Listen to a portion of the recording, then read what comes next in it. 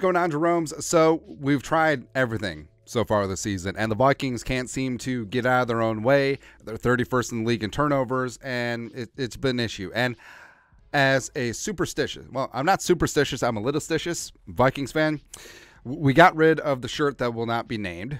The Chris Carter jersey worked for one game, and now maybe not so much. And now, I don't know, maybe our friends over on Unreal Co., the full hoodie, the full uncircumcised look, we're going to go with that. And if it works, we will do, I'm not even going to move. I'm just going to be like this the rest of the season. But the Vikings allegedly 1-4. The Bears actually 1-4. Vikings look to right the ship. And you know what's amazing? So the Vikings, even without Justin Jefferson, are still 2.5-point favorites, 3 in some spots on the road. And that speaks to how Vegas sees the quality and caliber of the Vikings. And even though the Bears, they won last Thursday 40-20 against the stupid commies, a little bit of a flash in the pan, maybe, but the Vikings have a chance to get to 2-4 on the season, lock up their first divisional win, which will be big, and they'll do that on Sunday. So here are 10 keys for the Vikings to do just that. First up, don't turn the damn ball over. Now, that's all that I want. I don't even care if they win. Just don't turn the ball over. Nah, actually, well, that's a big deal. But do not turn the ball over. Do not turf it. Kirko don't throw dumb interceptions, even though he's only really thrown one dumb interception this year, which is kind of amazing. But ball security. And I understand that maybe the Vikings have the yips as a team. Maybe they're overthinking it, but just keep your hands on the damn ball. Don't put the defense on a short field. Keep them on the sideline and go from there, man. Or if you're going to do it, just don't do it on the first drive. Where it just seems that's such a heartbreaker. That's such a deflator. It's like you get all pumped up for the game after you put in your time card for the week. I was like, all right, I can relax and watch my favorite team. Shoot. Nah. Next up, all fields all the time. We after that ass, Justin. So this is originally going to be the battle of the Justins, but I guess not so much. But the Justin Fields, the Ohio State quarterback, had all this hype coming in. He was the most wagered player to win MVP before the start of the season, which is amazing. Yes, I mean, the odds were relatively long, but Fields starting to get his ish together, completing 61% of his passes, 1,143 yards passing, 11 touchdowns, 5 picks, 95.4 quarterback rating, and he's in the pocket more. They are starting to open it up with him running more, but initially they're just trying to make him a statue, a pocket quarterback, which is not his game. Like, his movement skills is an asset. I don't know why you would take that away. And their offensive line is starting to get a little bit healthier. It was Garbaggio the first couple games of the season. So they'll go from there. But Justin Fields is the offense for the Bears. I know DJ Moore had himself a game, but Justin Fields is getting his ish together. Last 2 games have been great for fantasy. No big deal. And now, if the Vikings shut down Fields, they shut down the Bears straight up. So it's going to have to be a spot where not only is the pass rush got to get home, they have to maintain lane discipline. So don't be shocked if Flores deploys a bit of a mush rush and the Vikings maintain lane discipline getting after Justin Fields and also playing a lot more zone so that they're facing the quarterback, because that's where the big rushing gains come, where the pass rush doesn't get home, lane discipline breaks down, the running quarterback steps up, and if it's man coverage, everyone's back is turned, so that's when he takes off and he's gone. And, it could be a big game for guys like Ivan Pace Jr., Brian Osama, potentially working in a spy role. Also Josh Metellus. Next up, number 3, DJ Moore over the top. So, DJ really is stepping up, man. Former Carolina Panther, came over in the trade when Carolina came up to 1 for Bryce Young, and DJ Moore is a stud. Respect. I think that he's probably wide receiver 2 or wide receiver 3 in the division. JJ's obviously 1, even with the hamstring. Amon-Ra's 2. I have a ton of respect for his game. I would put DJ in 2, 3, that area, but obviously had himself a historic day last Thursday, and the Vikings are going to have to watch him. Plus, if you watch, his big plays on Thursday was when DJ got behind man coverage. So the Vikings, I think, are going to have to shade a safety over the top, and that's okay because the Vikings generally run 2 deep safeties anyway. And I think that if you limit what he does vertically, and also you got to be worried about Mooney, of course. I think he's underrated. But if you do that, I think you're going to have a shot on Sunday. Next up, number 4, offense, 3rd down in the red zone, where I feel like it's been a bit of a blind spot when it comes to Kevin O'Connell and Wes Phillips. The red zone offense has not been great. So the Vikings are 20th in red zone and also 20th on third down. And the Vikings, I mean, they got to keep their ass on the field. I mean, that's the whole thing. And the defense, when it's been spotty in times, it's because they get tired late in games, when they've been on the field way too damn long, losing the time possession battle, and not beyond that, and the turnover battle, which they've done all 5 games. So the Vikings, ooh, is that you, Rona? But the Vikings, I mean, they got to stay ahead of the sticks. They got to get in third and manageables unless they pick it up first or second down, and then go from there. And if you get in the red zone, you got to score.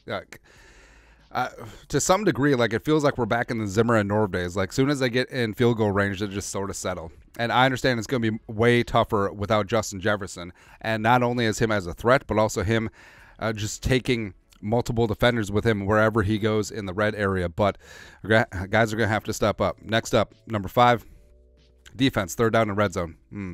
Very similar vein where, I mean, yeah, it's a little bit shaded because you played the Eagles, tush push, brotherly shove. You played Justin Herbert, who balled out that day, and you played Mahomes, where, I mean, the Vikings are 25th in the league on third down. They're 29th in red zone, too. So it can't be a spot where, yeah, if you get to the 20 and then we'll stop you in the red zone like it used to be with Zimmer's defense. But they got to get after it. They need to steal a possession. They got to get a turnover, and they got to make it a very tough day for Justin Fields on Sunday. And Franklin Flores has had great success against Lamar Jackson when he was defensive coordinator of the Patriots, as well as when he was head coach of the Dolphins. So we do have that going on for us. And I don't know, man. Like, get your ass off the field, as well as if they get in the red zone, keep them to field goals and not touchdowns. Next up, number 6, Kirk Coe has to dig deep dish.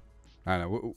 We workshopped that pun. It never really worked out. But without Justin Jefferson, Kirk has to show that he's the guy. And now you could say, well, Kirk the last couple of years put up really great numbers because he got JJ. Now he has a chance to prove that he can do it without him.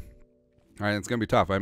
It's going to be tough, but also the Bears are 30th in points allowed, the 31st in passing yards allowed, the 31st in passing touchdowns allowed, the 31st in yards per attempt. Other than that, they're really, really good. They are really, really good. And the defense for the Bears is extremely banged up, although Jalen Johnson was a full participant on Wednesday and Thursday. Looks like he's going to be back in the lineup, as well as Cheeseburger Eddie Jackson, who had been missing time.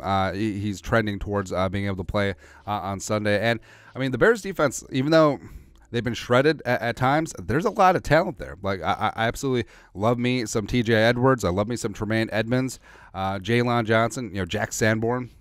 He's a local guy, isn't he? I don't know. Jalen Johnson, the pride of Utah. Brisker from Penn State. Cheeseburger Eddie Jackson, of course. Stevenson, the rookie from Miami.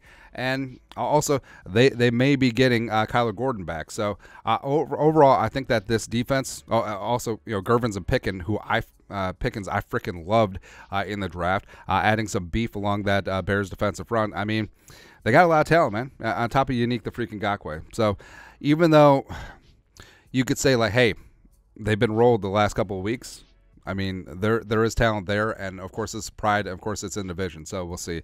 Next up, key number 7, Addison center stage. So with Justin freaking Jefferson on IR for the next 4 games, and Jordan Addison, even though knocking on all the wood, even though he's been limited the last couple of days with that ankle, he'll be fine. But he has a chance to prove why he was a first-round pick. He has a chance to prove that he is truly a wide receiver 1 who is working with Justin Jefferson, a wide receiver 1A, 1B situation, and go from there. And Addison, I think that he can do it, and especially since the Bears secondary is talented, but they're banged up and they don't have like a true blue alpha travel corner over there. I think Addison could have himself a day. I think that he could say hello to the world and the national stage by having himself a big-time game in Chicago. And guys like KJ Osborne are going to have to step up as well. Next up, key number 8. Hawkinson needs to earn his money. So it's been really frustrating the last couple games with TJ Hawkinson. So he had 3 drops against the Chiefs. He had whatever stats against Carolina, and then he had a fumble as well as he dropped the game-winning touchdown, which resulted in an interception against the Chargers. So overall, It's a little bit frustrating since TJ signed his big-time contract, but I think that he does have that dog in him. I think that he will rise above, and especially with JJ out, everyone knows that everyone has to step up their game, otherwise the season's going to go pear-shaped, and they got too much pride for that, and I think that Hawk is going to step up. I think Hawk might have himself a really big-time game, even though down the middle of the field, Brisker and Jackson potentially back. TJ Edwards is one of the better cover linebackers, nailed it, in the league, and Tremaine Edmonds certainly could move. So it's not going to be easy, but I do think that Hawk can rise above and have himself a good game. Next up, number 9, O'Connell game management. So this is starting to rear its ugly head. And maybe he made these mistakes last year, but it got covered up because the Vikings won all these close games. But just smarter use of timeouts, smarter use of communication with Kirk, so you're not wasting time, better use of the clock, better use of challenges. And O'Connell, when he came in last year, he talked about the 4 minutes around halftime. So a 2-minute warning down to halftime, and then the first possession of halftime, where that's where games are decided. That's where you can double up if you have double possessions. But the Vikings have really just blown that in the last couple of games, especially against Philly, as well as especially against Kansas City. So it does come down to they just have to do their jobs better. And you could say it's talent. You could say it's this, that, or the other thing. But having his team prepared, both mentally as well as situational football-wise, that's on O'Connell. And he's got to step it up. Next up, number 10, or lastly, number 10, one big special teams play. Again, this will remain. We said this every single week. This will remain until we finally get one. And also, King Kenneth and Nwangu is trending towards potentially being back on Sunday against the Bears, which will be great because he's the best kick returner in the game, even though Ty Chandler's done great. Just bust one. And I mean, the Vikings had the big special teams play with the fake punt against the Chiefs. We need another one. Another one.